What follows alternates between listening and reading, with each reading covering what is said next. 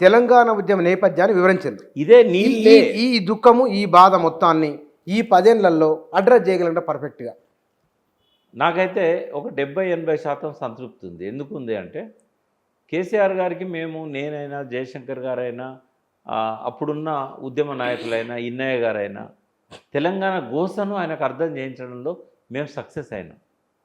తెలంగాణ అవసరాన్ని ఆయనకు చెప్పడంలో సక్సెస్ అయినాం. తెలంగాణ సెల్ఫ్ సస్టైన్ ఎట్లయితుందో చెప్పడంలో సక్సెస్ అయినాం. తెలంగాణ ఎట్లా వస్తుందో రోడ్ మ్యాప్ క్రియేట్ చేయడంలో సక్సెస్ అయినాం.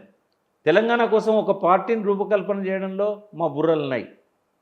తెలంగాణ ఎజెండా మీదకి వచ్చిన తర్వాత కేసీఆర్ గారి మాటలతోని ప్రజల్లో కదలిక తీసుకురావడంలో మేము ప్రత్యక్ష సాక్షులం, భాగస్వాములం. అంచెలంచెలుగా ఎదిగిన తెలంగాణ ఉద్యమం అనేక ఆటుపోట్లకు గురైంది. ఇంకొకరితో కాకపోయేది. అది కేసీఆర్ కాకుండా మరో వ్యక్తి అక్కడ ఉంటే ఆ తెలంగాణ ఉద్యమం ఆ స్థాయికి చేరుతుందని మాత్రం నేను అనుకోను. ఎన్ని ప్రలోభాలు!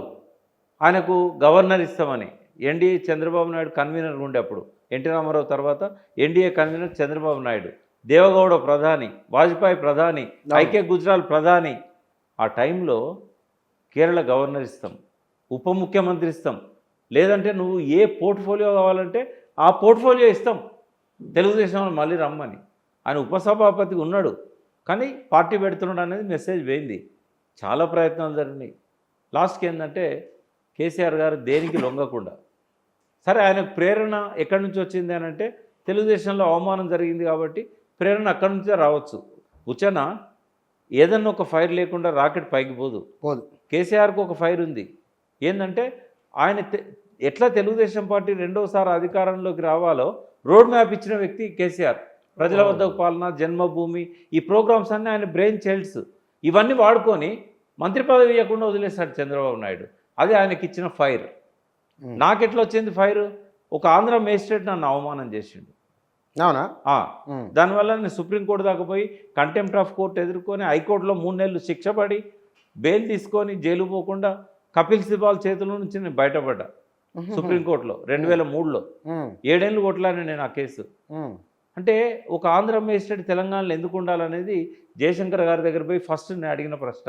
అంటే తెలంగాణ వస్తే ఆంధ్ర మేజిస్ట్రేట్ ఉండరు, తెలంగాణ మేజిస్ట్రేట్ ఉండరు అని చెప్పాడు.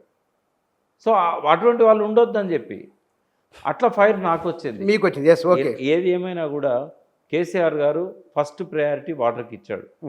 ఉద్యమకాలం అంతా కూడా జలసాధన ఉద్యమం ప్రపంచ చరిత్రలో 40 రోజుల పాటు ఒకే ఇష్యూ తీసుకొని నిరాటంకంగా ఒక ఉద్యమం జరిగిందంటే ఆ తెలంగాణ జలసాధన ఉద్యమం.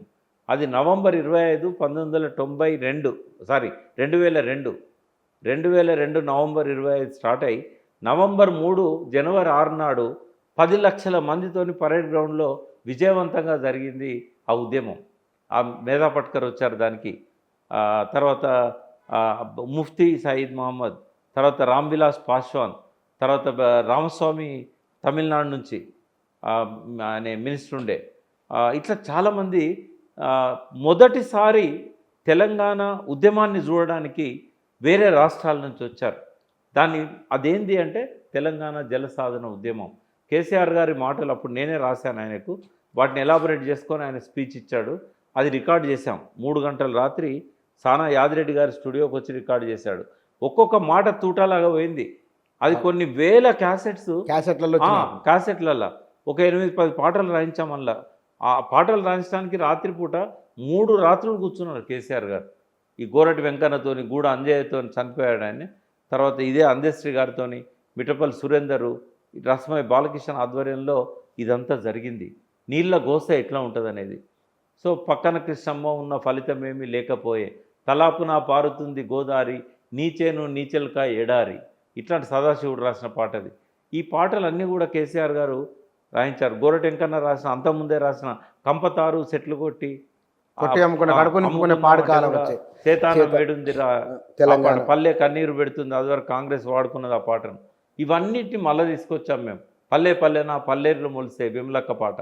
అట్లా ఇదొక రూపం తీసుకొచ్చాక కేసీఆర్ గారి మనసులోనే కాదు, తెలంగాణ ఉద్యమంలోకి వచ్చిన ప్రతి మనిషి లోపల ఆ నీళ్ళ గోసాన్ని కనబడ. అందుకే 69 ఉద్యమం కానీ 54లో తెలంగాణ ఉద్యమం కానీ అది ఎక్కువ చర్చ జరగలేదు. మీతో నేను ఒక ఎపిసోడ్ చేస్తా. తెలంగాణ ప్రజలకు 1954-56 మధ్య ఎంత పెద్ద ఉద్యమం వచ్చిందో ఇప్పుడు ఎవరికి తెలియదు. నా పుస్తకంలో కొంత రాశాను నేను. నాన్ముల్కి గోబ్యాకేమో 52లో వచ్చింది. నేను చెప్పేది ఫజల్ అలీ కమిషన్ వచ్చినప్పుడు తెలంగాణను ఆంధ్రతో కలపొద్దని చెప్పి పెద్ద ఉద్యమం వచ్చింది. ఆ ఉద్యమంలో కానీ 69 ఉద్యమంలో కానీ విద్యార్థులు ఫస్ట్ పాల్గొన్నారు, ఉద్యోగస్తులు తర్వాత పాల్గొన్నారు. గ్రామాలలో పెద్ద కదలిక లేదు, అప్పుడు టీవీలు లేవు. ఒక విద్యార్థులు మాత్రమే. నేను విద్యార్థిగా 7వ తరగతి 8వ తరగతిలో 69 ఉద్యమంలో నేను పాల్గొన్నాను. అయితే ఇట్లా ఈసారి మాత్రం విద్యార్థులు ఉద్యోగులు పక్కకు వెళ్ళు, రైతులు ముందుకు వచ్చారు. సూర్యాపేటలో మీటింగ్ పెడితే మొట్టమొదటిసారి 20 నుంచి 30,000 మంది రైతులు వచ్చారు. అంటే కరువు అనేది ఈ కఠోరమైన. నేను ఒకసారి నాగర్ కర్నూలు బస్సు ఎక్కిన కూర్చాను, మీ ఊరు 98లో. రైతు కూర్చున్నాడు నా పక్కన, ముసలాయనే. ఎట్లున్నాయో పంటలు అన్నా, ఏ కాలం అయితే లేదు కదా అన్నాడు. అంటే కాలం కాకపోతేనే పంటలు పండుతలేవా అన్న. మరి ఎట్లా పడితే వానలు పడింది మా అంతా చెరువుల కింద కదా, వానలు పడింది ఎట్లా పడుతుంది అన్నాడు. కృష్ణానది ఎంత దూరం ఉంటుంది మీకు అన్న. ఎంత 3 మైళ్ళు ఉంటుంది అన్నాడు. మరి కృష్ణానదిలో నీళ్ళు పోతానే అన్న. పోతానే కదా, మరి నీ ఊరికి అవి రావా? నువ్వు మోటార్ పెడితే నీ పొలాలకు రావా? అంటే పక్కన ఉంటే వస్తాయి కానీ 3 కిలోమీటర్ల దూరంలో మా ఊరు ఉంది కదా, ఎట్లా వస్తాయి? అంటే సర్కారు ఇంకా లిఫ్ట్ పెడితే రావా? వస్తాయి కానీ ఎవడు అడగాలి? మా నాయకులకు అంత సోయి ఉన్నదా? అంటే మహబూబ్నగర్ కానీ నల్గొండ కానీ ఏమనుకున్నారంటే కాలం అయితే లేదు, నీళ్ళు వస్తలేవు అనుకున్నారు. కానీ కేసీఆర్ వచ్చినాక గలగల గోదావరి తరలిపోతున్నది, బిరబిరా కృష్ణమ్మ పరుగులిడుతున్నది, వాటి మీద బ్యారేజీలు కట్టాలి, ఆ నీళ్ళని మనకి ఇవ్వాలి, ఎత్తు లేపాలి. ఈ వాదనకు బలం చేకూర్చింది కేసీఆర్. నరన జీర్ణించకపోయింది ఆయనకు. నీళ్లు, నిధులు, నియామకాలు, ఆత్మగౌరవం, ఈ 4 అంశాల మీద ఇప్పుడు నేను చెప్తాను. మనం నీళ్ళ విషయం మన కళ్ళ ముందు కనబడింది. దాని కాళేశ్వరం కానీ పాలము ఒకటి చెప్పాను నీకు. ఫస్ట్ ఏమన్నాడు ఆయనే, 1 కోటి ఎకరాల మాగాణం నా స్వప్నం అన్నాడు. పెద్ద పెద్ద హోర్డింగులు పెట్టారు, గుర్తుంది. లాస్ట్కి ఏమన్నాడంటే 1 కోటి ఎకరాలు కాదు, తెలంగాణలో పంట పండే ప్రతి భూమికి నీళ్ళు ఇస్తా అన్నాడు. 1,35,00,000 ఎకరాలకు నీళ్ళు ఎట్లు ఇవ్వాలనో ఆయన ముందర పెద్ద స్క్రీన్ ఉంటుంది, అంటే చాలా పెద్దది. ఇప్పుడు ఈ టీవీలు ఉంటాయి కదా, పెద్ద టీవీలు, వాటితో 10 రెట్లు ఉంటుంది అది. ఆ టీవీలల్లో ఆయన బాగా ఐటీలో పర్ఫెక్ట్ అయ్యండి ఆయన. ఈ మన అప్పుడు గూగుల్ ఎర్త్ ఉండేది, ఆ గూగుల్ ఎర్త్లో తెలంగాణ వేసుకొని మౌస్తోని ఎక్కడ లోయ ఉన్నది, ఎక్కడ ఎత్తు ఉన్నది, ఎప్పటి నుంచి తెలుసా ఇది? 2004 నుంచి. ఆయన కేంద్ర మంత్రి అయినప్పటి నుంచి పర్ఫెక్ట్ అయ్యింది. ఇంజనీర్లకు కూడా తెలియదు ఎక్కడ వాగుంటుంది, ఎక్కడ ఒర్రి ఉంటుంది, ఏం తెలియదు. అట్లా పర్ఫెక్ట్ అయ్యి మైండ్లో బాగా జ్ఞాపక శక్తి ఉంటుంది. కేసీఆర్లో ఉన్న గొప్ప గుణం ఏంటంటే ఆయన ఏ ఊరికి పోయినా కూడా పేరు పెట్టి పలకరిస్తాడు. నేను అడిగిన ఒకసారి, సార్ మీరు ఒక 10,000 పేర్లు గుర్తుపెట్టుకుంటారా అన్న. సిద్దిపేట జిల్లా 10,000 ఉన్నాయా నా మైండ్లో, నువ్వు ఏ ఊరు తీసుకపో 10 మందిని నేను పేరు పెట్టి పిలుస్తా. తెలంగాణ మొత్తంలో 10,000 ఏంది, 50,000 మంది పేర్లు గుర్తుంటాయి నాకు అన్నాడు. ఒకటి మెమరీ పవర్. రెండవది ఏదైనా ఒక సమస్య పరిష్కారం వెతకడంలో మనం ఏదైనా ఆలోచించినప్పుడు ఒక 2 నిమిషాలు ఆలోచించగానే మన మైండ్లో వేరే థాట్ వస్తుంది. రోజుకు 60,000 ఆలోచనలు వస్తాయి కదా, అది ఏకాగ్రత ఉండదు మనకు. కానీ కేసీఆర్ నిమిషాలు, గంటలు, రోజులు ఒకటే దాని మీద ఆలోచిస్తూ ఉంటాడు. అట్లా ఆలోచించినప్పుడు అది స్పిరిచువల్ అంటాను నేను, అందుకే దాన్ని. అదొక మెడిటేషన్ చేసే వాళ్ళకే ఆ పవర్స్ వస్తాయి. సో ఆయన అట్లా చేయడం వల్ల చాలా సమస్యలకు ఆయన పరిష్కారం కనుగొన్నాడు. తెలంగాణలో ఏ ప్రాంతానికి ఎక్కడి నుంచి నీళ్ళు ఇవ్వాలి, ఈ రాజశేఖర రెడ్డికి ఆలోచన లేకపోవడం వల్ల ప్రాణహిత నుంచి చేవెళ్ళకు నీళ్ళు తీసుకొస్తా అన్నాడు. కేసీఆర్ ఏం చేసిండు, చేవెళ్ళ అనేది కృష్ణా బేసిన్లో ఉంది, హైదరాబాద్ అనేది కృష్ణా బేసిన్లో ఉంది, వాళ్ళకి కృష్ణా నీళ్ళే ఇవ్వాలి, గోదావరి నీళ్ళు ఎందుకు ఇవ్వాలి? ఒక బేసిన్ నుంచి ఇంకో బేసిన్కు నీళ్ళని తీసుకుపోవడం ఎందుకని చెప్పి మెటిక్యులస్గా చేవెళ్ళను కట్ చేసిండు. 3 లక్షల ఎకరాలకు కోడంగల్ దాకా పాలమూరు రంగారెడ్డి పథకం పెట్టారు. జూరాల నుంచి పాలమూరుకు నీళ్ళు ఇవ్వడానికి సర్వే చేశారు రాజశేఖర రెడ్డి పీరియడ్లో, కిరణ్ కుమార్ రెడ్డి పీరియడ్లో. కేసీఆర్ వచ్చి రీడిజైనింగ్ చేశాడు. జూరాల నుంచి వద్దు, కాళేశ్వరం నుంచి కావాలన్నాడు. ఎందుకన్నాడంటే జూరాల మీద నెట్టెంపాడుకు మనం 2 లక్షలు ఇవ్వాలి, భీమాకు 2,50,000 ఎకరాలు ఇవ్వాలి, జూరాలకు 1,01,000 ఇవ్వాలి. అంటే ఈ 4.5 + 5.5 లక్షల ఎకరాలకు నీళ్ళు ఇవ్వాలంటే జూరాల కెపాసిటీ మనకు 11 TMCకి రిజర్వాయర్ పెట్టుకోవాలనుకున్నాం. రాయచూరు మునుగుతుంది. ఆల్రెడీ కంపెన్సేషన్ పే చేసాక కూడా రాయచూరు నీళ్లు పోతున్నాయి. అందుకని దాన్ని 8-9 టీఎంసీలకు తగ్గించుకున్నాం. ఈ ప్రవాహం నుంచే నీళ్ళు తీసుకోవాలి. అంటే జూరాల ఆయకట్టుకే 17 టీఎంసీల నీళ్ళు కావాలి, 17.84 దాని ఆయకట్టు. మరి ఈ 5,50,000 ఎకరాలకు అక్కడి నుంచి నీళ్ళు ఎట్టొస్తాయి? నెట్టంపాడు కష్టమైంది, భీమా కష్టమవుతుంది. శ్రీశైలంలో అయితే 200 పైన టీఎంసీల నీళ్లు ఉంటాయి. పోతిరెడ్డిపాడు పెట్టి వాడు తవ్వకపోతున్నాం. మనం ఎందుకు తీసుకపోవద్దు? అంటే ఎందుకు రీడిజైనింగ్ అవసరమైందని చెప్తున్నా. మళ్ళీ ఈ ఆలోచనలు లేని, అంటే రేవంత్ రెడ్డి ప్రభుత్వంలో ఒక ఇంజనీర్ లేడు. అక్కడికి వస్తాను.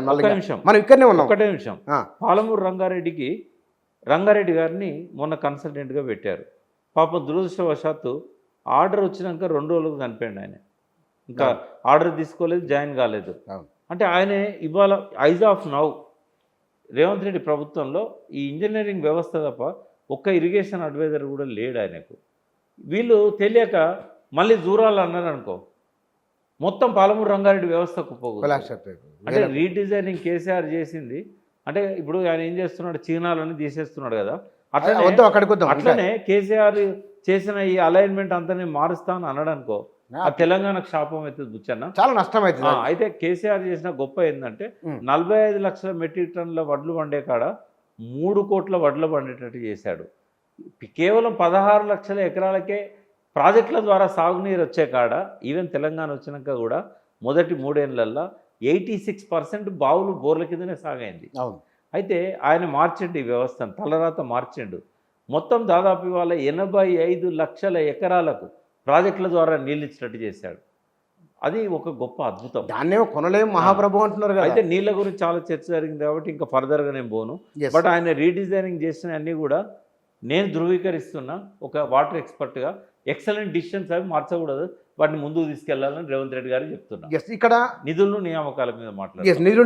నిధులు ఏంటంటే ఆ సింపుల్, తెలంగాణ ఎప్పుడైతే వేరైందో ఒక్క పైసా కూడా ఆంధ్రకు పోదు కదా, పోదు. అది ఆటోమేటిక్గా సమస్య పరిష్కారమైంది.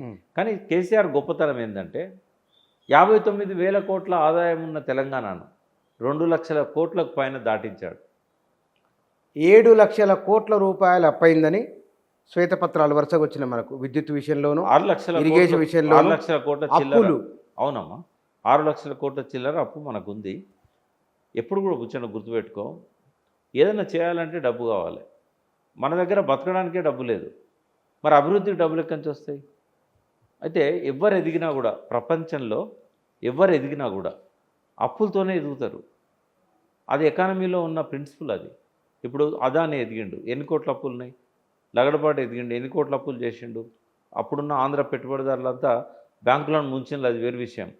ఇప్పుడు ఆ రిలయన్స్ ఉన్నది, రిలయన్స్లో వాళ్ళ దగ్గర డబ్బులు ఉన్నాయా? అన్ని అప్పులను షేర్సే కదా. తర్వాత అమెరికా ఉంది. ప్రపంచంలో అన్ని దేశాలకు అమెరికానే అభివృద్ధికి ఒక సంకేతం. ఇవాళ దాదాపు $25 ట్రిలియన్ ఒక బడ్జెట్ వాళ్ళది, జిఎస్డిపి అంటాం మనం. అంటే జీడిపి, వాళ్ళ కంట్రీ జీడిపి ట్రిలియన్స్లలో 25 ట్రిలియన్స్కి పోయింది. అది వాళ్ళ వెనకాలనే చైనా పరిగెడుతున్నది, 18 ట్రిలియన్సో 19 ట్రిలియన్సో. మనం ఇండియాలో ఎక్కడ ఉన్నాం? మనం 3rd ఎకానమీగా రావాలని ప్రయత్నం చేస్తున్నాం. ఇప్పుడు 5th ప్లేస్లో మనం ఉన్నాం. మరి అమెరికా ప్రపంచంలో ఉన్న ఒక 150 దేశాల అప్పులు ఎన్ని ఉంటాయో ఒక్క అమెరికాకు అంత అప్పు ఉంటుంది.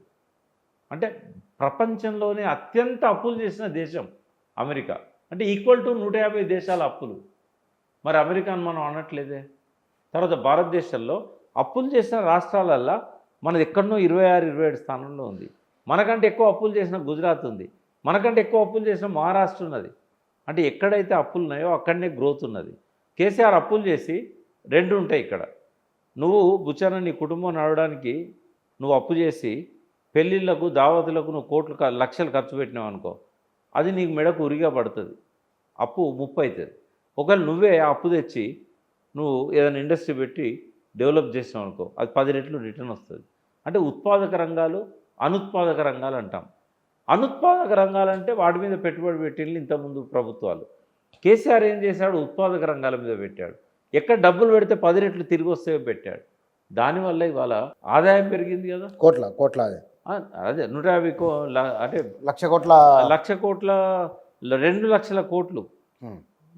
అంటే 2 లక్షల కోట్లు అంటే 59,000 కోట్ల నుంచి 1,500 కోట్ల ఆదాయం పెంచాడు. ఊహించలేనంత ఊహించలేనంత. అటువంటప్పుడు ఇది పెద్ద ఎక్కువనా 6 లక్షల కోట్లు? ఇక్కడ బడ్జెట్ సమర్థనం ఇది పోలిక చాలా బాగుంది అమెరికా. కేసీఆర్ కూడా అన్నారు కానీ మీరు దానికి ఇంటెన్సిఫై చేసి అమెరికా 150 దేశాలు పోల్చి చెప్పడం. నియామకాల విషయంలో ఎందుకు జరిగింది? ఒకటి ఉద్యమ ట్యాగులైనది కదా. ఒకటి చెప్పానా, వీళ్ళు చెప్పుకోలేకపోయారు ప్రచారంలో. ఈవెన్ నేను కూడా రిజల్ట్స్ వచ్చి గవర్నమెంట్ పడిపోయాక సమీక్షా సమావేశాలప్పుడు కేటీఆర్ గారు చెప్పారు. అంతకంటే ఒక ఎలక్షన్ కంటే 4 రోజుల ముందు టీహబ్లో ఒక టీ వర్క్స్ అని ఉన్నది. టీ వర్క్స్లో ఒక మీటింగ్ పెట్టి అన్ఎంప్లాయిడ్ యూత్ను కూర్చోబెట్టుకున్నాడు. అశోక్ నగర్, అమీర్పేట వాళ్ళని కూర్చోబెట్టుకొని అప్పుడు చెప్పిండు కేటీఆర్.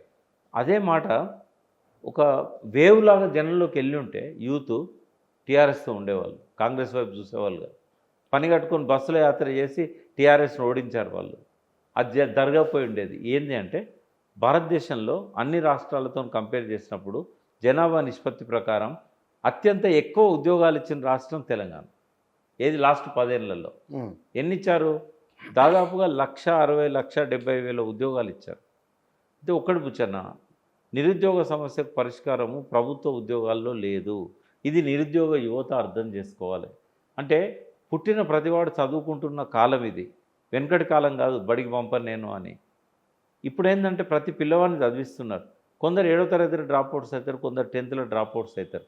కానీ అల్టిమేట్గా డిగ్రీ తీసుకునే వాళ్ళు ఎంతమంది ఉంటున్నారు తెలుసా? ప్రతి సంవత్సరం 4 లక్షల నుంచి 5 లక్షల మంది ఒక్క తెలంగాణ రాష్ట్రంలోనే ఉంటున్నారు. అంటే మొత్తం 10 ఏళ్లలో ఎంతమంది కొత్తగా డిగ్రీలు తీసుకొని 40 నుంచి 50 లక్షల మంది తీసుకొని ఉంటారు. ఉద్యోగాలు ఏ దేశంలో కానీ ఏ రాష్ట్రంలో కానీ 1% మ్యాక్సిమం 1.5%కే ఉద్యోగాలు వస్తాయి. ఇక్కడ హైదరాబాద్ చాలా పెద్ద సిటీ మనకు ఉంది కాబట్టి 1/3 population of Telangana living in Hyderabad. 3,70,00,000 మంది తెలంగాణ పాపులేషన్. 1,45,00,000 మంది ఓన్లీ ఔటర్ రింగ్ రోడ్ పరిధిలో ఉన్నారు. ఇక్కడ ఎట్లా తెలుస్తుంది లెక్క అంటే Hyderabad metro water works sewerage board ఏదైతుందో ఎంతమందికి నీళ్ళు ఇస్తున్నామని లెక్క చెప్పింది. ఇది 5 ఏళ్ల కిందనే 1,42,00,000 మందికి నీళ్ళు ఇస్తున్నారు వాళ్ళు ఔటర్ రింగ్ రోడ్ లోపల. అంటే ఎన్ని మున్సిపాలిటీలున్నాయి ఔటర్ రింగ్ రోడ్ లోపల, ఎన్ని కార్పొరేషన్లు ఉన్నాయి. ఇప్పుడు రేవంత్ రెడ్డి అదంతా కలిపి ఒకటే హైదరాబాద్ చేస్తానన్నాడు. బట్ 9కి పైన మున్సిపాలిటీలు ఉన్నాయి, మున్సిపల్ కార్పొరేషన్లు ఉన్నాయి. అయితే ఇవన్నీ కూడా ఔటర్ రింగ్ రోడ్ లోపల. అంటే 1/3 జనాభా ఈజ్ లివింగ్ ఇన్ హైదరాబాద్. కాబట్టి ఉద్యోగులు పెరుగుతారు. మనకు ఉండేది ఎంత మ్యాక్సిమం అంటే 2 లక్షల కోట్లు ఇప్పుడు వస్తున్నది రెవెన్యూ రాబడులు. అయితే 40% నుంచి 60% పెన్షన్లకు జీతాలకు పోతుంది. ఏ రాష్ట్రంలోనైనా వచ్చే ఆదాయంలో 40 to 60%. తెలంగాణలో అయితే మోర్ దెన్ 50% ఉద్యోగులు ఎక్కువ ఉన్నారు. దాదాపు 5.5 6 లక్షల దాకా ఉంటారు ఉద్యోగాలు. గవర్నమెంట్ ఉద్యోగాలు పెన్షనర్స్ అందరూ కలుపుకొని. పెన్షనర్స్ కాక. అవునా? అంటే ఎట్లా అంటే ఈ కొంతమంది ఎయిడెడ్ టీచర్స్ ఉంటారు, కొంతమంది పబ్లిక్ సెక్టర్ వర్కర్స్ ఉంటారు. ఇవన్నీ కలిపి చెప్తారు. అంటే ప్రభుత్వం నుంచి డబ్బులు పోయేది ఖజానా నుంచి ఒక 5-5.5 లక్షల మంది పైనే ఉంటారు. అయితే ఒకవేళ కనుక నువ్వు 1.5% కాక 2% పోయినావు అనుకో, బడ్జెట్లో 70-80% పోతుంది పెన్షన్లకు జీతాలకు. ఇక నీకు రోడ్లకు కానీ విద్యకు కానీ వైద్యానికి కానీ ఇతర డెవలప్మెంట్స్కి కానీ ఎక్కడి నుంచి వస్తాయేమో డబ్బులు. కాబట్టి ఏ ప్రభుత్వం అయినా అంతకు మించి ఉద్యోగులను పెంచదు. అందుకే చాలా ప్రభుత్వాలు ఏం చేస్తాయి, వేకెన్సీలు వచ్చినప్పుడు ఫిల్ చేయరు, వాళ్ళు అట్లే పెడతారు. ఎందుకంటే వేకెన్సీ ఉంటే వానికి జీతం ఇవ్వాల్సిన అవసరం ఉండదు కదా. ఇంకోటి ఎరియర్స్ లేక 3 ఏళ్ళు పెంచాడు కేసీఆర్. ఎందుకంటే రిటైర్మెంట్ అయితే వాళ్ళకి ఎరియర్స్ ఇవ్వాలి, డబ్బులు వాళ్ళే. జీతం అంటే కొద్ది డబ్బు, ఎరియర్స్ అయితే చాలా ఎక్కువ అవుతుంది కదా. ఒక్కొక్కరికి 50 లక్షలు 40 లక్షలు ఇవ్వాల్సి వస్తుంది కదా. అది ఇవ్వలేక 3 ఏళ్ళు పెంచాడు రిటైర్మెంట్ 61 సంవత్సరాలు. అది కూడా అసహనాన్ని దారితీసింది. కొంతమందిని ఇంకెక్కువ మందిని ఉద్యోగాల్లోకి తీసుకునే అవకాశం లేకుండా చేసింది. అయితే నిజంగా 10 ఏళ్ల కాలంలో 1,40,00,000-1,50,000 ఉద్యోగాలు. అంటే కేవలం అందరు టీఎస్పీఎస్సీనే చూశారు. 34,000 ఉద్యోగాలు కదా వాళ్ళు ఇచ్చింది అని అంటారు. ఇది ఫస్ట్ టర్మ్ అయిపోయినట్టు. బట్ రిక్రూట్మెంట్ బోర్డు చాలా ఉన్నాయి కూర్చొని. పోలీస్ రిక్రూట్మెంట్ బోర్డు ఉంది, మెడికల్ రిక్రూట్మెంట్ బోర్డు ఉంది. ఒక్కొక్క శాఖకు ఓన్ రిక్రూట్మెంట్ బోర్డ్స్ ఉన్నాయి. కేసీఆర్ నోటి మాటగానైతే అప్పుడు అన్నాడు అవుట్సోర్సింగ్ ఇవన్నీ ఉండయి, అన్ని రెగ్యులరైజ్ చేస్తామని. కానీ కానీయలేదు. ఎలక్ట్రిసిటీ బోర్డులో ఆయన రెగ్యులరైజ్ చేస్తే కోర్టుకు ఆక్షేపించింది. అప్పుడు ఏం చేశాడు, రెగ్యులరైజ్ చేయకుండా కోర్టు ఇవ్వలేదు కాబట్టి వాళ్ళందరినీ పే స్కేల్ ఈక్వల్ చేశాడు, జీతాలు పెంచాడు టెంపరీ వాళ్ళందరికీ. వాళ్ళకి పర్మనెంట్ కాదు ఇప్పటికి కూడా. 22,000 మంది. అంటే ఇవన్నీ లెక్కలు చేస్తే సింగరేణి ఉంది, ఓన్ రిక్రూట్మెంట్, ఇవన్నీ టీఎస్పీఎస్ నుంచి కాలే. ఈ 1,60,000 మందికి ప్రత్యక్షంగా ఉద్యోగాలు ఇచ్చిన రాష్ట్రం భారతదేశంలో ఏది లేదు ఈ 10 ఏళ్లలో. అది నంబర్ 1. నంబర్ 2 ఏంటంటే, నేను లెక్కలేసిన 28 లక్షల మందికి ప్రైవేట్ ఉద్యోగాలు వచ్చినాయి. 28 లక్షల 28 లక్షల మందికి 10 ఏళ్లలో. 10 ఏళ్లలో. అందులో నీకు ఐటీ సెక్టర్లనే 5.5 లక్షల మందికి వచ్చింది. 3.5 లక్షల మంది నుంచి 9.5 లక్షలకు పోయి 9 లక్షలకు పోయింది. అది ఏది ఐటీ సెక్టర్. 75,000 కోట్ల ఎగుమతుల నుంచి 2 లక్షల కోట్ల ఎగుమతిలో పోయింది కదా ఐటీ పరిశ్రమ. ఎంప్లాయీస్ కూడా 3.5 లక్షల మంది నుంచి 9.5 లక్షల అయిన్లు. అంటే ప్రశ్నిస్తారు, ఇప్పుడు ఇమీడియట్ కామెంట్ పెడతారు మన మిత్రులంతా, మరి వీళ్ళంతా తెలంగాణలో లేనా అని అంటారు. అవును, వాళ్ళు తెలంగాణలో అయినా కాకపోయినా తెలంగాణలో 6 లక్షల ఉద్యోగాలు, దాదాపు 5.5 లక్షల ఉద్యోగాలు ఒక ఐటీ సెక్టర్లో వచ్చినాయి. తర్వాత బుచ్చన్న టీఎస్ ఐపాస్ పెట్టారు కదా, అవును, ర్యాపిడ్గా ఇండస్ట్రీస్ వచ్చినాయి. ఎన్ని ఉన్నాయి తెలుసా? 25,000 ఇండస్ట్రీస్ వచ్చాయి మనకి. ఆ ఇండస్ట్రీస్ మొత్తంలో కూడా 16 లక్షల ఉద్యోగాల కల్పన జరిగింది. ఆ భారీ పరిశ్రమలు కావచ్చు, మధ్యస్థ పరిశ్రమలు కావచ్చు, చాలా చిన్నవి కావచ్చు, ఎంఎస్ఎంఈలో ఉన్న 10 మంది ఎంప్లాయీస్ ఉన్నాయో కావచ్చు, 16 లక్షల మంది ఇండస్ట్రీస్లలో రిక్రూట్ అయ్యారు. తర్వాత బయోటెక్నాలజీ అద్భుతంగా గ్రోత్ అయింది. జినోమ్ వ్యాలీ అది స్టార్ట్ అయింది కాంగ్రెస్ పీరియడ్, చంద్రబాబు పీరియడే కావచ్చు, బట్ అద్భుతంగా గ్రోత్ వచ్చింది అంటే కేటీఆర్ గారు చాకచక్యంతో ఇండస్ట్రీస్ మినిస్టర్గా ఈ 10 ఏళ్ళ నుండి అద్భుతంగా ఆయన చేశాడు. ఆయన ఫస్ట్ ఏం చేశాడు? పంచాయతీరాజ్ మినిస్ట్రీ తీసుకున్నాడు. ఎవరు? కేటీఆర్. తర్వాత ఆయనకు అర్థమైంది నిరుద్యోగ సమస్య పరిష్కారం కావాలంటే ఇండస్ట్రీస్ని రప్పియాలి, వేరే దేశాలకు పోవాల్సి ఉంటుంది అని చెప్పి ఏం చేశాడు? ఐటీ ఇండస్ట్రీ ఆయన పెట్టుకొని పంచాయతీరాజ్ని ఇమ్మీడియట్గా ఆయన నుంచి జూపల్లి కృష్ణారావు గారికి అప్పుడు బదిలీ చేశాడు. సో ఆయన రావడం అనేది తెలంగాణ అదృష్టం. ఎందుకంటే అందులో కూడా ఒక 4-5 లక్షల ఉద్యోగాలు వచ్చినాయి. అంటే ఇట్లా ఏ ఫీల్డ్ తీసుకో, సింగరేణిలో కూడా డిపెండెంట్ జాబ్స్ ఇచ్చారు. పోలీస్ రిక్రూట్మెంట్లో చాలామందికి ఉద్యోగాలు వచ్చినాయి. ఇట్లా చెప్పినవి కానీ చెప్పని కానీ అవుట్సోర్సింగ్ కానీ ఇదంతా కూడా చూసినప్పుడు ఒక 28 లక్షల మందికి ఉపాధి మరి ఎక్కడ ఎస్టాబ్లిష్ కాలేదు, ఇది చెప్పుకోలేదు కూర్చొన్న. చెప్పుకోలేదు, ఎందుకు చెప్పుకోలేదు? చేసింది చెప్పుకోలేని అసమర్థత బీఆర్ఎస్ అయితే ఒక దానికి 10 అబద్ధాలు జోడించి ఈ పార్టీని మట్టిలో కలిపింది రేవంత్ రెడ్డి టీం, కాంగ్రెస్ పార్టీ. కానీ అనుభవంలో చూసిన ప్రజలకు తెలియదా ఏ జీవితంలో ఏ మార్పు వచ్చింది ఏమిటనేది? అంటే ప్రజలకు వాళ్ళ సర్కిల్లో ఉన్నది తెలుస్తుంది. ఇంకోటి ఏంటంటే ఇక్కడ ఇంకో సమస్య చెప్పాలి. మనం ట్యాగ్ లైన్లో నీళ్లు నిధులు నియామకాలను జయశంకర్ గారు అన్నారు, మేమంతా కలిపి ఆత్మగౌరవం అని ఇంకోటి జోడించాం. పాషావాయర్ గారు కానీ, ఎన్ వేణుగోపాల్ గారు కానీ, నేను కానీ ఎక్కడ మాట్లాడినా మూడింటితో పాటు ఆత్మగౌరవం అని మాట్లాడేది. ఎందుకంటే సెకండ్ క్లాస్ సిటిజన్స్గా మళ్ళీ చూసేది కదా. అవును, యాదగిరి ఇట్లాంటి పాత్రలు ఆంధ్రలో చాలా అందరి అనుభవంలో ఉన్నది ఉన్నాయి కదా. అయితే భాషను అపహాస్యం చేశారు, మన గౌరవాన్ని తగ్గించారు. అయితే దీన్ని ఏంటంటే ఆత్మగౌరవం అనే పదం మనం జోడించాం. అయితే తెలంగాణలో కేసీఆర్ చేసిన పాలన 10 సంవత్సరాల పాలన ఆత్మహత్యలను చాలా వరకు తగ్గించింది. అంటే నీళ్ళ కోసం ఆత్మహత్యలు చేసుకొని కరెంటు నీళ్ళ చావులు లేవు, వేరే ఆత్మహత్యలనే రకరకాల కారణాలు, చాలా కారణాలు. అది ఆయన ఒక మొట్టమొదటి విజయం. గడప గడపకు మంచినీరు ఇవ్వడం అనేది సరే పర్ఫెక్షన్ అనేవాడు డిక్షనరీలో ఉంటుంది.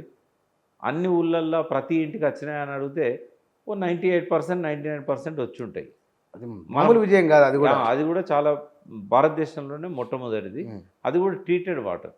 మనం కొనే బిస్లరీ కిన్లే కంటే కూడా మంచినీళ్ళు పిహెచ్ వాల్యూ ఎక్కువ ఉంటుంది. పిహెచ్ వాల్యూ అనేది మన ఆరోగ్యానికి సంబంధించింది. కేసీఆర్ ఏమనుకున్నాడంటే నీళ్లతోనే 75% జబ్బులు వస్తున్నాయి, సో అవి పోవాలని చెప్పి క్లోరైడ్ ఇట్లాంటివి కలిపి దాన్ని అంతా కూడా క్లీన్ చేసి మనకి ఇస్తున్నారు. ఇది ఒక గొప్ప అచీవ్మెంట్. తర్వాత రైతును రాజుగా చూడాలన్న కేసీఆర్ స్వప్నం అర్ధాంతరంగా ఆగిపోయింది. ఆయన ఏమనుకున్నాడు? రైతుకి ఎన్ని కష్టాలు ఉన్నాయో అన్ని కష్టాలు తీర్చడంతో పాటుగా రైతే ధర నిర్ణయించే పరిస్థితి రావాలి. అంటూ ఒక ఇండస్ట్రియలిస్టు తను తయారు చేసిన ప్రోడక్ట్కు తను రేట్ డిసైడ్ చేస్తాడు, దాని మీద జిఎస్టీ కడతాడు. ప్రభుత్వం ఇంటర్వ్యూని కాదు, ఒక ఫార్మా విషయంలోనే ఒక్క పైసకు తయారయ్యేదాన్ని 400 రెట్లు దోచుకుంటున్నప్పుడు ప్రధానమంత్రి ఇన్వాల్వ్ అయ్యి ఆ రేట్లు అన్నింటినీ తగ్గించేసాడు. ఇప్పటికి కూడా అలా మోసం జరుగుతూనే ఉన్నది. బట్ రైతుకు మాత్రం ఆ స్వేచ్ఛ లేదు. తను ధర నిర్ణయించుకునే స్థితిలో రైతు ఎప్పుడైతే వస్తాడో అప్పుడే రైతు రాజు అవుతాడు. కానీ అది ఇప్పటికీ లేదు. కేసీఆర్ గారు కొంత ప్రయత్నం చేశాడు. అయితే ఆయన అసంపూర్తిగా వదిలిపెట్టిన లక్ష్యం ఏంటంటే క్రాప్ కాలనీస్ అన్నాడు. ఒక మీ దగ్గర వనపర్తిలో కొంత మ్యాంగో అనే నిరంజన్ రెడ్డి సొంత ఇంట్రెస్ట్తోని ఓ 10,000 ఎకరాల మ్యాంగో గార్డెన్స్ అవి వచ్చినాయి. అయితే ఒక్కొక్క జోన్ను డివైడ్ చేశాడు క్రాప్ కాలనీస్కి. ఇప్పుడు రంగారెడ్డి జిల్లా ఉంది. రంగారెడ్డి జిల్లాలో చేవెళ్ళ ఈ చుట్టుపక్కల అంతా కూడా నీళ్లు లేక ఏం చేస్తారు తెలుసా బుచ్చన్న? ఆడ ఒక టీఎంసీతో 40,000 ఎకరాల పూలు వేస్తారు. అవును, పూల తోటలు, మల్లె తోటలు, గులాబీ తోటలు, తర్వాత చిన్న చిన్న పండ్ల తోటలు, దానిమ్మ, బత్తాయి. వాటికి ఏంటంటే నీళ్లు తక్కువ అవసరం అవును కదా. ఇంకా కొన్ని ఏరియాల్లో యూకలిప్టస్ పెంచి అమ్ముకుంటారు. అయితే ఆయన ఏం చేశాడు, ఎక్కడ లేబర్ సమస్య ఉంది, ఎక్కడ లేబరు పని దొరకకుంటున్నారు, ఎక్కడ నీళ్లు ఉన్నాయి, ఎక్కడ రాళ్ళు ఉన్నాయి, ఎక్కడ ఏ జోన్ చేయాలి అని క్రాప్ కాలనీస్ అన్నీ కూడా ఆయన మైండ్లో దాన్ని ప్లాన్ చేసుకున్నాడు. తర్వాత రైతులకు పెట్టుబడి సాయం చేశాడు. కానీ దాన్ని ఇంకా స్ట్రీమ్ లైన్ చేయాలనుకున్నాడు. ఎవరికి ఇవ్వాలి, ఎవరికి ఇవ్వద్దు. అయితే ఎలక్షన్స్ వచ్చినప్పుడల్లా ఆయనకు అడ్డం పడేటోళ్ళు అన్నట్టు పార్టీ నాయకులంతా. సార్ ఇప్పుడు మీరు భూస్వాములకు కట్ చేసిండ్రు అనుకో, వాళ్ళకు పోయే డబ్బులు ఆగితే వాళ్ళు ఊర్లే మనకు ఓట్లు పడకుండా చేస్తారు. ఇంత లేదన్నా వాళ్ళ చేతిలో ఉంటుంది. మన పార్టీలో కూడా వాళ్ళంతా ఉన్నారు. సార్ వాళ్ళ డైరెక్ట్ ఎఫెక్ట్ అయితే సార్ మీరు తగ్గేది సార్. కొండలు గుట్టలు అంటే సార్ కొండలు గుట్టల్లో కూడా మనలో భూములు ఉన్నాయి సార్. అంటే ఇట్లా కొన్నిసార్లు వినేవాడు కాదు వాళ్ళ మాటలు. నేనే ఒకసారి ఇంజనీరింగ్ కాలేజీలు 171 కాలేజీలు అనుకుంటా, బహుశా నంబర్ 5-10 అటు ఇటు ఉండొచ్చు, ఒక్కటే పెన్ను సంతకంతో క్లోజ్ చేసిండు తెలుసా నీకు? నేను కూడా పోయినా, సార్ అలా మన ఎమ్మెల్యేలే ఉన్నాయి, మనం అవన్నీ తీసేస్తే ఎట్లా అంటే, నా సొంత కొడుకు ఇంజనీరింగ్ కాలేజ్ ఉన్నా నేను వినను, పిల్లలకు ఎడ్యుకేషన్ ఇస్తుండ్రా, వీళ్ళు ఏం చేస్తుండ్రు తమాషాలు, వ్యాపారం. 1 ఇయర్ వాళ్ళకి టైం ఇచ్చినాము, ఆడ లెక్చరర్లు ఉండరు, ఫ్యాకల్టీస్ ఉండరు, ఎవరు ఉండరు, ఫీజులు వసూలు చేస్తారు. రాజశేఖర రెడ్డి ఏదైతే కంపెన్సేషన్ పెట్టిండో ఫీజు రియంబర్స్మెంట్, అది పెద్ద ఉపాధి, కొంతమంది దానికోసమే ఇంజనీరింగ్ కాలేజీలు నడుస్తున్నాయి అన్నాడు. సార్ తెలంగాణలో లేదు సార్, బస్సు తెరువు పెట్టుకున్నారంటే నేను ప్రిన్సిపల్స్తో కాంప్రమైజ్ కాను ప్రకాష్, నువ్వు ఈ విషయంలో నన్ను అడగన్నాడు. చాలా ప్రిన్సిపల్ ఉన్నాడు చాలా విషయాలు. స్టార్టింగ్లో ఇది ఒత్తిళ్ళు బాగుండేది ఆయన మీద, అయినా కూడా తట్టుకొని అన్నీ చేశాడు. బట్ ఇక్కడ అసలు పాయింట్ ఏంటంటే నీళ్లు నిధులు నియామకాల వరకు ఆయన చేసిన దానిలో అంటే రైతులకు ఇందాక నేను చెప్తూ వచ్చిన కదా క్రాప్ కాలనీలో అసంపూర్తి అనేది ఉంది. రేవంత్ రెడ్డికి ఒక మంచి అవకాశం వచ్చింది. అంటే బంగారు తెలంగాణను చూడాలన్న కేసీఆర్ స్వప్నం అర్ధాంతరంగా ఆగిపోయింది కదా. ఆ స్వప్నాన్ని తన పద్ధతిలోనే ఆయన ముందుకు తీసుకెళ్ళి ఆ లక్ష్యాలు పూర్తి చేస్తే ఈ ఇద్దరు కలిసి తెలంగాణ అద్భుతంగా ప్రపంచ పటంలో నిలిపిన వాళ్ళు అవుతారు. ఆయనకు అవకాశం ఇచ్చిండు కేసీఆర్. ఇప్పటికీ చాలా ఉన్నాయి, ఇది ఒకటే కాదు, 2-3 చెప్పండి ఏమేమి ఉన్నాయి. నావిగేషన్కి అయితే మన స్టేట్ డబ్బులే అక్కర్లేదు, కేంద్రం ఇస్తున్నది. ఇది ఇప్పుడు కేసీఆర్ ఏం చేశాడు, అద్భుతంగా రిపోర్ట్స్ తయారు చేయించాడు. నావిగేషన్ ఇప్పుడు మంజీరా నది ఉంది, రైట్ ఫ్రమ్ సింగూరు దగ్గర నుంచి పడవలో శ్రీరామ్ సాగర్ దగ్గర రావచ్చు, సరుకులు తీసుకుపోవచ్చు. అంటే వాటికి ఏంటంటే ఇప్పుడున్న బ్యారేజీలు ఏవైతే ఉన్నాయో, మంజీరా బ్యారేజ్ కావచ్చు, గన్పూర్ ఆన్కట్ట కావచ్చు, అక్కడ బైపాస్ చేసి లాక్స్ పెట్టాలి, గేట్లు పెట్టాలి. ఆ పడవ వచ్చినప్పుడు అది లేస్తుంది, మిగతా టైంలో నీళ్ళు ఆగుతాయి. ఈ సిస్టమ్ను మనం సూయజ్ కాలువ టైప్ అట్లా ధవళేశ్వరం దగ్గర ఉంది, ధవళేశ్వరం టైప్ బ్రిటిష్ వాళ్ళు ధవళేశ్వరం దగ్గర పెట్టారు. అవును. అయితే నిజాం స్వప్నం ఇది నావిగేషన్. ఎక్కడ బాసర దగ్గర నుంచి రాజమండ్రి దాకా మన తెలంగాణకు మన పోర్ట్ లేదు. అయితే బందర్ దాకా కృష్ణానదిలో మన సరుకులన్నీ కూడా తీసుకుపోయి ఎక్స్పోర్ట్ చేసేవాళ్ళు. అప్పుడు నాగరికసార్ లేదు, శ్రీశైలం లేదు, ఏ ప్రాబ్లం ఏం లేదు. అవును. అయితే మనకు పోర్టు లేదు, సముద్రం. ఒక చిన్న ఈ సందర్భం కూడా చెప్తా. గిరీష్ సంఘి గారు ఒకరోజు మేము పార్టీ పెడుతున్న క్రమంలో కేసీఆర్ గారిని పిలిచారు. నన్ను ఇన్నయ్య గారిని కేసీఆర్ ఎంట పెట్టుకొని పోయాడు. గిరీష్ సంఘి ఏమంటాడు తెలుసా, చంద్రశేఖరరావు గారు రాష్ట్ర ఆర్థిక ప్రగతికి పోర్టు చాలా ఇంపార్టెంట్, మనకు సముద్రం లేదు, ల్యాండ్ లాక్డ్ మనది, కాబట్టి ఒక్క మండలాన్ని కనుక కలుపుకుంటే ఉత్తరాంధ్ర మొత్తం మనం కలుపుకోవచ్చు. ఉత్తరాంధ్ర కూడా తెలంగాణ లాగానే బ్యాక్వర్డ్. విశాఖపట్నం పెద్ద సిటీ, విజయనగరం, శ్రీకాకుళం చాలా బ్యాక్వర్డ్.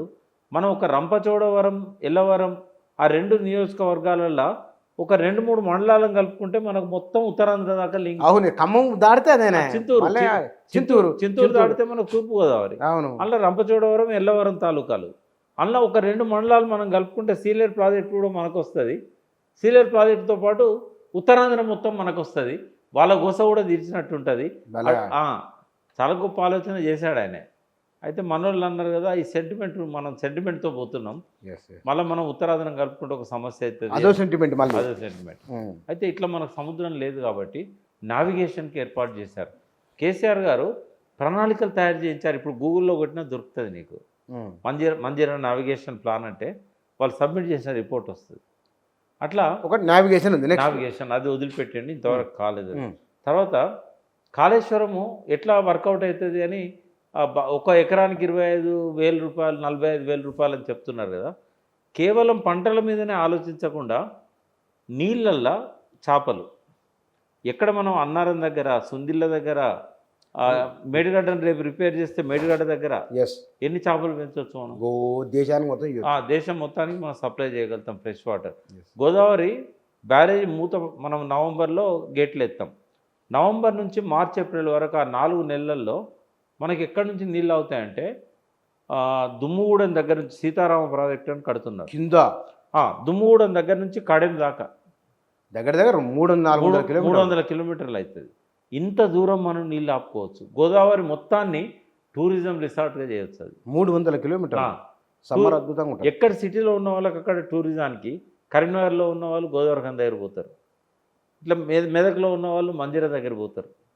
అంటే ఎంటైర్ రివర్ స్ట్రెచర్ అంతా ఒక పక్క నావిగేషన్, ఒక పక్క చేపలు పెంచుడు, ఒక పక్క టూరిజం, 3 రకాల ఆదాయం. అద్భుతమైన ప్లాన్స్ తయారై ఉన్నాయి.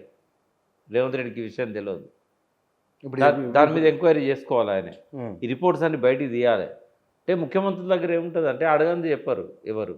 ఆయన ఏది అడుగుతారు అదే చెప్తారు, ఎక్స్ట్రా చెప్పరు వాళ్ళు. చెప్పలే, భయం అవుతుంది కదా, చెప్పలేరు ఏమనుకుంటాడో అని. అయితే ఇవన్నీ కూడా బయటికి తీస్తే తెలంగాణలో కాళేశ్వరాన్ని వైబుల్ చేయగలుగుతాం మనం. అంటే వీటి మీద కూడా ఆదాయం వస్తుంది కదా. చెరువుల చేపలు అమ్ముకోవడం ద్వారా వచ్చే దాంట్లో మనకు ట్యాక్స్ వస్తుంది. ప్రభుత్వమే ఒక కార్పొరేషన్ పెట్టి ఎక్స్పోర్ట్ చేయొచ్చు.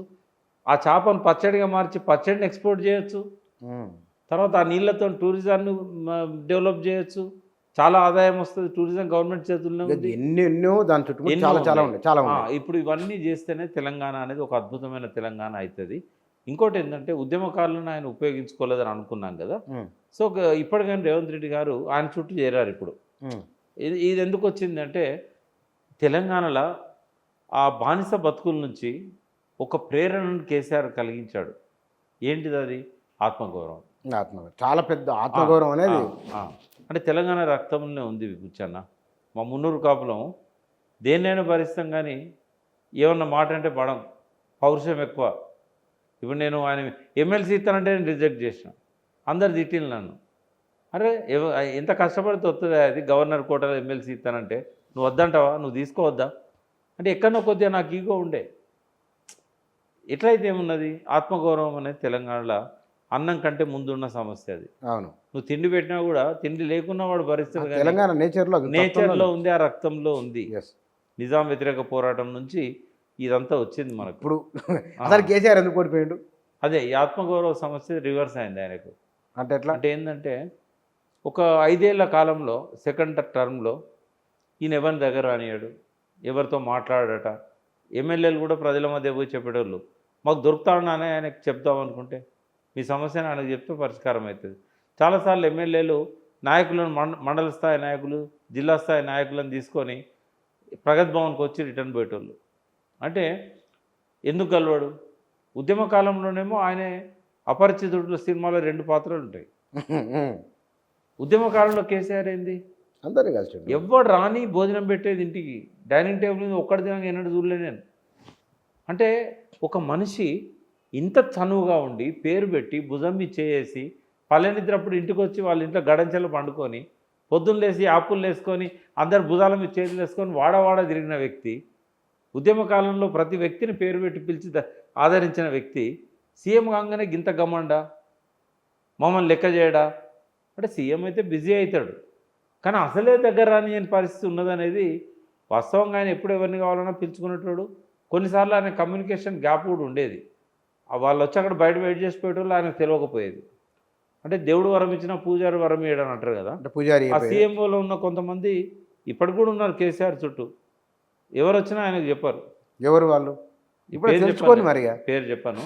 బట్ ఏంటంటే చాలామంది ఆయనకు ఆ వ్యక్తి ముందటనే చెప్పారు, సార్ మేము ఈ పార్టీ వదిలిపెట్టిపోవడానికి ఈ వ్యక్తి కారణం, మేమేం చెప్పినా మీకు చెప్పకపోయేది, మమ్మల్ని కలవనీయకపోయేది. అంటే ఒక్కరు కాదు, ఇట్లాంటి వ్యక్తులు 5-6 ఉన్నారు అక్కడ. అంటే వాళ్ళకుండే ఇబ్బందులు వాళ్ళకుంటాయి బుచ్చన్న. ఎవరికి? 5-6కి. కేసీఆర్ గారు ఎప్పుడు మూడ్లో ఉంటాడు. ఆయన ఏదైనా ఆలోచించినప్పుడు మనల్ని మాట్లాడినాడు, మనం డిస్టర్బ్ చేయనీడు. ఒక డిఫరెంట్ క్యారెక్టర్ కేసీఆర్. ఇంతకుముందు చెప్పిన కదా నేను, ఒక ఆధ్యాత్మిక ఒక స్పిరిచువల్ లీడర్షిప్ అని. ఏదైనా కళ్ళు మూసుకొని కాలు ఒప్పుకుంటా ఆలోచిస్తూ ఉంటాడు. ఆయన డిస్టర్బ్ చేయాలంటే భయం ఎవరికైనా. మమ్మల్ని కూడా డిస్టర్బ్ చేయనీయకపోయేటాడు. ఇట్లా అనేటోడు, మా నోట్లోకి వెళ్ళి మాట ఏదైనా వస్తుంటే కళ్ళు మూసుకొని ఇట్లా అనేటోడు. అంటే ఆయన ఏదో ఆలోచిస్తున్నాడు, ఏదో మూడ్లో ఉన్నాడు, డిస్టర్బ్ చేయొద్దని మేము సైలెంట్గా ఉండేటోళ్ళం. ఎట్లా ఎంతసేపు ఉంటాడు? రోజున కొద్ది ఉంటాడు. నీకు ఒకటి చెప్తే ఎగ్జాంపుల్, ఒకసారి సెంట్రల్ మినిస్టర్ వచ్చిండు, రమ్మంటేనే వచ్చిండు. సెక్రటరీలో కూర్చొని ఇంటికి పోయిండు. రమ్మన్నాడు, టైం ఇచ్చిండు, సార్కి అలా వీలు కాదని పంపించేసాడు. తర్వాత వేరు పార్టీల నాయకులను పంపించాడు, కమ్యూనిస్టు, బీజేపీ, ఎన్నోసార్లు పార్టీలో ఉన్న పెద్ద నాయకులను పంపించాడు. హోమ్ మినిస్టర్ గేట్ దాకపోతే లోపలికి రానియలేదు, ఆయన కింద ఉండే పోలీసులు. ఎందుకు? అదే మరి చాలా నెగిటివ్ అయింది, అది అనుమతి లేదని. ఈటల రాజేందర్ది పెద్ద ఇష్యూ అది. 8-9 మంది ఎమ్మెల్యేలను, అప్పుడు గంగుల కమలాకర్ ఎమ్మెల్యేనే, మంత్రి కాలే. ఆయన వాళ్ళందరినీ తీసుకొని కారులో పోతే గేట్లకు రానియలేదు. అరే లోపల కాసేపు కూర్చొని పోతామే అంటే, సార్ కలవకపోయినా పర్లేదు, మా ఇజ్జత్ పోతుంది, లోపల పోయి కాసేపు కూర్చొని సార్ బిజీగా ఉన్నాడు కలవలేకపోయాడు అని చెప్తాము అంటే నో, పర్మిషన్ లేదు. నేను అడిగిన రాజేందర్ను, ఎందుకు ఇట్లా అయింది రాజేందర్ నీకు అని అన్నా. అంటే 2 ఇష్యూస్లలో నేను సార్ని హర్ట్ చేసిన. మొదటిది ఏంటంటే సఫాయి కార్మికులు, మున్సిపల్ వాళ్ళు ఎక్కడ చెత్తను అక్కడనే ఉంచి స్ట్రైక్ చేశారు. ఆ నాయకులను తీసుకొని పోయినా నేను సార్ని కల్పిద్దామని. కలిసిండు. అప్పుడు అందరు నాకు గేట్లు తీసిండ్రు, మినిస్టర్ని కాబట్టి, అప్పుడు ఫైనాన్స్ మినిస్టర్. సార్ దగ్గర తీసుకొని మాట్లాడించిన. ఆయన కోపం వచ్చింది. ఈయన నా ట్రేడ్ యూనియన్ లీడరా, ఈయన మంత్రా, ఎందుకు వీళ్ళని తీసుకొని వచ్చాడని చెప్పి ఆయనే నా మీద గరుగురు అన్నాడు. అప్పుడు అనలేదు, నేను పోయినాక అన్నాడు. నాకేమో ఈ విషయం తెలియలేదు. రెండోసారి నేను మళ్ళీ ఆర్టిస్ట్ కార్మికులు సమ్మె చేస్తా అంటే వాళ్ళని తీసుకొని పోయినా. పోతే రెండోసారి నేను పోయినాక వాళ్ళతో మాట్లాడిండు, కానీ అందరికీ ఇన్స్ట్రక్షన్లు ఇచ్చిండట, ఇంకోసారి ఈటల రాజేందర్ లోపల రానియద్దని. ఇక చెప్పిండు బయటకు వచ్చినాక. ఎందుకంటే ఇక ఆయన బయటికి పంపిన పద్ధతి కూడా ఎవరికి నచ్చలేదు. కూర్చొన్న రాజేందర్ సైజ్ పెంచింది ఎవరు? కేసీఆర్. రాజేందర్ను సైజ్ తగ్గేయడానికి బయటికి పంపింది కేసీఆర్. హరీష్ రావుకు, రాజేందర్కు మంత్రి పదవి ఇవ్వనందుకే 4 పార్లమెంట్ సీట్లు పోయినాయి. అదొక కారణం. జితేందర్ రెడ్డిని, వివేక్ను లాస్ట్ మినిట్ దాకా పెట్టుకొని నమ్మించి డిక్లేర్ చేసినప్పుడు వాళ్ళ పేర్లు లేవు. అంటే చంద్రబాబు నాయుడు కేసీఆర్కు ఏ అవమానాన్ని అయితే ఇచ్చారో అదే అవమానాన్ని జితేందర్ రెడ్డికి ఇచ్చాడు, అదే అవమానాన్ని వివేక్కి ఇచ్చాడు, అదే అవమానాన్ని రాజేందర్కి ఇచ్చాడు, అదే అవమానాన్ని హరీష్కి ఇచ్చాడు. ఆ 6 నెలల టైంలో హరీష్కి ఏమన్నా ఫోన్ చేస్తే, అన్న దయచేసి ఫోన్ చేయకండి, ఫోన్ ట్యాపింగ్ అవుతుంది, మీ బతుకు కూడా ఆగమవుతుంది నాలాగా అని చెప్పేటాడు. ఆయన ఇంటి దగ్గర ఒక్కరు కూడా రాకపోయేది, ఎవరిని రానియలేదు. ఎందుకంటే మీరు నా దగ్గరకు వస్తే మీ లైఫ్ ఎక్కడ ఆగమవుతుందో అని. అంటే ఇవన్నీ ప్రజల్లో పోతాయి కదా, పోయినాయి. నిజంగా చెప్పాలంటే నేనైతే నెగటివ్ నుంచి తెలంగాణ ఉద్యమాన్ని లేపి టీఆర్ఎస్ పార్టీ ఏర్పడడానికి ఆయనతో చిరకాలం ఉన్నందుకు నేను కేసీఆర్ గారికి 51 మార్క్ ఇస్తే హరీష్ రావుకు 49% ఇస్తా. 100% వాళ్ళ నుంచే వచ్చింది అనుకుంటే. ఒక 1% కేసీఆర్ ఎక్కువ, కానీ హరీష్ లేకపోతే తెలంగాణ ఉద్యమం లేదు, హరీష్ లేకపోతే తెలంగాణ పార్టీ లేదు. అడుగున పడ్డప్పుడల్లా ఆర్థిక సమస్యల్లో కానీ ఇతరత్ర కానీ క్రైసిస్లో కానీ ఆయన కరెక్ట్ అది, ఆయన క్రైసిస్ మేనేజర్. ఎవరిని పార్టీలోకి తీసుకొచ్చినా కూడా వేరే పార్టీలోకి వెళ్ళి హరీష్ రోల్ లేకుండా లేదు. లేదు, అసలు కలిసే వ్యక్తి ఎవరంటే ఆయన ఒక్కరి పేరే. మొన్న ఎలక్షన్లో కూడా చెప్పకూడదు కానీ అందరు చేయించారు కేసీఆర్కు డబ్బులు లేనప్పుడు. ఎస్, ఒక్క హరీష్ ఆదుకున్నాడు, మళ్ళీ అన్నీ మళ్ళీ ఆదుకున్నాడు. అంటే పడుతున్నప్పుడల్లా లేపింది ఆయనే. ఆయనకు నువ్వు మంత్రి పదవి ఇవ్వకపోతే ప్రజలు ఏమనుకుంటారు? బాగా చాలా ఈటల రాజేందర్ను అవును, ప్రతిపక్ష నాయకుడిని చేసింది నువ్వు, నీ టీఆర్ఎస్ ఫ్లోర్ లీడర్ని అవును. 2 సార్లు. రాజశేఖర రెడ్డి గవర్నమెంట్లో, కిరణ్ కుమార్ రెడ్డి రోషాయి గవర్నమెంట్లో ఎవరు ప్రతిపక్షాన్ని నడిపింది? అసెంబ్లీలో ఎవరు తెలంగాణ కోసం? ఇంకొకటి, ఈటల రాజేందర్ చేసిన ఒక గొప్ప పని తెలవాలి అందరికీ. ఎవరు అరెస్ట్ అయినా బెయిల్ మీద తీసుకురావడానికి డబ్బులు డిపాజిట్ చేసింది ఈటల. కొన్ని కోట్ల రూపాయలు. కొన్ని ఎన్ఆర్ఐ కోట్లు. ఈటల రాజేందర్, కొంతమంది ఎన్ఆర్ఐస్లో హరీష్ రావు. అప్పుడు కేసీఆర్ గారు ఏం రూపాయి పంపలే, వీళ్ళ ఫోన్లు చేసి చెప్పేటోడు, వాళ్ళని చూసుకోండి. నేను క్యాంపస్ స్టూడెంట్సే, ఇప్పటి డిపాజిట్లు ఉన్నాయి కోట్లలో, వాళ్ళు పంపినాయి. అంటే ఆ లాఠీచార్జ్ జరుగుతున్నా, ఎవరైనా చనిపోయినా ఓదార్చడానికి పోయింది ఎవరు? 1-2 కేసులలో మాత్రమే కేసీఆర్ గారు వచ్చారు. ఏదో ఆ క్యాంపస్ ముందట అవునవును, ఆ, అంతే అంతే, అరే ఒక రెండుకి ఆ, ఫీల్ అయ్యాడు. కానీ మొత్తం వీళ్ళే కదా ఓదార్చింది. ఎస్ ఎస్, మరి ఇటువంటి వ్యక్తులను నువ్వు పక్కన పెట్టి దొంగలందరికీ నువ్వు వేరే పార్టీలలో వచ్చిన మంత్రి పదవులు ఇస్తే మండదా జనానికి? వివేక్ ఏం పాపం చేసిండని నువ్వు అప్పుడు ఇవ్వలేదు? ఆయన ఎలిజిబుల్ కాదా? జితేందర్ రెడ్డి ప్రతిసారి, జితేందర్ రెడ్డి అయితే చాలా విచిత్రంగా ఉంటుంది. నేను జితేందర్ రెడ్డి నాతోనే ఉన్నాడు ఆ రోజు. నా పేరు అనౌన్స్ అవుతుంది అన్న ఇప్పుడు అని అన్నాడు. అంటే మంచిగా కదా, సంతోషం, అడ్వాన్స్ కంగ్రాచులేషన్స్ అన్న. ఇద్దరం కూర్చొని టీవీ చూస్తాను. ఆయన ఎవరి పేరు, మన్నే శ్రీనివాసరెడ్డి పేరు అనౌన్స్ చేసి బాగా మండిపడ్డాడు. ఏం చేయాలన్నా అన్నాడు. ఏం చేయకుండా అన్న, లేదు లేదు నేను సైలెంట్గా ఎట్లుంటా అంటే, కాదు ఈ ఒక్కరోజు నువ్వు ఒప్పుకోవట్టు. నరేంద్ర కూడా గిట్లనే ఆగమైండు. కేసీఆర్ గారు అంతకంటే గొప్ప పొజిషన్ ఏమైనా నాకు ఇస్తాడేమో, అందుకే నాకు టికెట్ ఇవ్వలేదు అని చెప్పు మీడియాలో. నువ్వు అంత మించి ఏం చెప్పకు, తిట్టకు అని చెప్పిన. ఆవేశాన్ని అంతా అంచుకొని మహబూబ్నగర్ పోయి ప్రెస్ మీట్ పెట్టి, బహుశా కేసీఆర్ గారు నాకు టికెట్ ఇవ్వలేదు అని అంటే ఆయన మనసులో ఇంకేదన్నా పెద్ద పాత్ర నాకు ఉండొచ్చు అన్నాడు. కానీ అక్కడి నుంచి కాల్ రాలేదు, ఈయన కలుస్తానంటే పిలుపు ఇవ్వలేదు అపాయింట్మెంట్. ముందు క్షణం దాకా సంతోష్ కానీ ఇంకోరు కానీ అన్న నీకే వస్తుందని చెప్పుకుంటూ వచ్చిండు. అక్కడనేమో అరుణకు అనౌన్స్ చేసిండు ఆ సీటు. ఎవరో అరుణ అనుకుంటా లాస్ట్ టైం పోటీ చేసి. ఏం చేయడానికి లేదు ఆయనకు. వేరే పార్టీలో పోదామంటే అన్ని పేర్లు అనౌన్స్ అయినాయి. ఎందుకట్లా జరిగింది? ఆయన చెప్పింది చెప్తాను నేను. ఆయన కేసీఆర్తోని నరేంద్ర మోడీ దగ్గర పోయినప్పుడల్లా జిత్తు బాగున్నావా అంటాడు ఆయన. జితేందర్ రెడ్డి బీజేపీలో ఎంపీ కాదు ఇదివరకు. అవును, అప్పుడు మోడీ ఏంది? అప్పుడు మోడీ ఏం లేదు, మామూలు కార్యకర్త. మన వినోద్ ఉన్నాడు కదా, వినోద్ హరిశ్చంద్ర మాథూర్ లేన్లో వినోద్ ఇంట్లో ఒక చిన్న అవుట్ హౌస్ ఉంటుంది, జనరల్ వాచ్మెన్ల కోసం కడతారు. అది అన్న మోడీ ఉండేవాడు 9 సంవత్సరాల నాడు. అప్పుడు వినోద్ లేడు, బట్ వినోద్ ఉన్న క్వార్టర్, వినోద్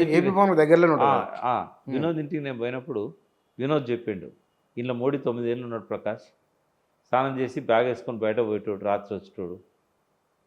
అంటే మోడీ అట్లున్న టైంలో జితేందర్ రెడ్డి ఎంపీ ఉన్నాడు. కొంచెం ఆయన ఎక్కడున్నా కూడా చెడు ఆగాడు, బాగా హై ప్రొఫైల్లో ఉంటాడు. అయితే 2 సార్లు జిత్తు ఎట్లున్నావు ఏంది అని కేసీఆర్ని పక్క పెట్టి జిత్తుతో మాట్లాడాడు నరేంద్ర మోదీ. తర్వాత ఒకసారి తీసుకుపోలేదు ఆయన, వెరీ ఎవర్ జిత్తు అని అడిగాడు. కేసీఆర్ ఏమనుకున్నాడు, రేపు ఏమన్నా గవర్నమెంట్లో అటు ఇటు అయితే జితేందర్ రెడ్డి మనతో ఉండడు, మోడీ పిలిస్తే పోతాడు అని ఆయనకి ఇవ్వలేదు. వివేక్ ఇవ్వకపోవడానికి వివేక్ చెప్పింది ఏంటంటే, దళిత వర్గాలల్లో అంత ఎదిగొచ్చిన నాయకులు లేరు. అప్పుడు వెంకటస్వామి, మళ్ళీ వివేక్ పొజిషన్ వచ్చింది. తెలంగాణ ఉద్యమంలో పార్లమెంట్లో టీఆర్ఎస్కు 1-2 ఎంపీలు ఉన్నప్పుడు, అంటే 2 ఉన్నా కూడా విజయశాంతి లాస్ట్లో వెళ్ళిపోయింది, బిల్లు పెట్టే టైంలో లేదు. అవును, బట్ ఆ కథ అంతా నడిపించిన దానిలో వివేక్ది కీలక పాత్ర. చాలా క్రూషియల్. అయితే ఒక ఎదిగొచ్చిన డబ్బులు కూడా ఇచ్చిండు ఆయన, చనిపోతే వాళ్ళ కుటుంబాల సొంత చాలా చేసిండు. అందరినీ, రాజగోపాల్ రెడ్డి, వివేక్, పొన్నము, మధుయాష్కి, వీళ్ళంతా కలిసి. అయితే నన్ను ఒక అట్టడుగు వర్గంలో నుంచి ఎదిగొచ్చిన కదా, డబ్బు ఉంది, పత్రిక ఉంది, ఛానల్ ఉంది, ఎక్కడనో ఒకడ నన్ను గొంతు కోయాలనుకున్నాడు, ఇంకా ఎదగనేయడం ఆయనకి ఇష్టం లేదు, అందుకని నన్ను తొక్కేసిండు అని చెప్పిండు. అందుకే మళ్ళీ ఆయన వేరే పార్టీలోకి వెళ్ళిపోయాడు, బీజేపీలోకి వెళ్ళిపోయాడు. అంటే ఏదన్నా కావచ్చు, కేసీఆర్ మనసులో ఏమన్నా ఉండొచ్చు, ప్రజలు ఏమనుకుంటారు అనేది చెప్తాను నేను. ఏ ఆత్మగౌరవ సమస్యనైతే ప్రజల ముందు పెట్టి వాళ్ళ నరాన అణువున ఆత్మగౌరవ సమస్యను జీర్ణించేటట్టు కేసీఆర్ చేశాడో అదే తిరిగి ఆయనను కాటేసింది. అందువల్ల ఓటమి. అంతే, అందువల్లనే ఓటమి. ఎందుకంటే అంటే ఓటమికి ఒక 5-6 ప్రధాన కారణాలు ఉన్నాయి. ఇది కూడా ఒకటి, చేసిన ప్రగతి చెప్పుకోలేవడం కూడా ఒకటి, ప్రజలల్లా వీళ్ళు పనికిరాని వాళ్ళు అని నిర్ధారించబడ్డ తర్వాత మూడోసారి నేను కుక్క నిలబెట్ట గెలుస్తుంది అన్న పద్ధతిలో మళ్ళీ వానికే, ప్రజలు అసహించుకున్న వానికే టికెట్ ఇవ్వడం మూడో కారణం. రేవంత్ రెడ్డి చెప్పే అబద్ధాలను, కాంగ్రెస్ పార్టీ చేసే అసత్యాలను నమ్మిన వాళ్ళు నాలుగో కారణం. ప్రజలు అభివృద్ధి గురించి పట్టించుకోకుండా సంక్షేమానికి పెద్దపీట వేసి, సంక్షేమమే నాకేమొస్తుంది అంటే ముఖ్యమంత్రి అయిన ఆయన డబ్బులు సంపాదించుకుంటాడు, మంత్రులు అయిన వాళ్ళు డబ్బులు సంపాదించుకుంటాను, ఎమ్మెల్యేలు అయిన వాళ్ళు డబ్బులు సంపాదించుకుంటాను, అంతే. నాకేంది, మేము కట్టిన పనులే కదా వచ్చింది అది. అది నాకేంది అన్నప్పుడు సంక్షేమం ప్రధానంగా వస్తుంది. ఈయన 2000 ఇస్తా అన్నాడు కదా, ఆయన 4000 ఇస్తా అన్నాడు. ఈయన మహిళలకు 2500 ఇస్తా అన్నాడు, ఫ్రీ బస్ అన్నాడు. 6 గ్యారంటీల పాత్ర తక్కువ కాదు.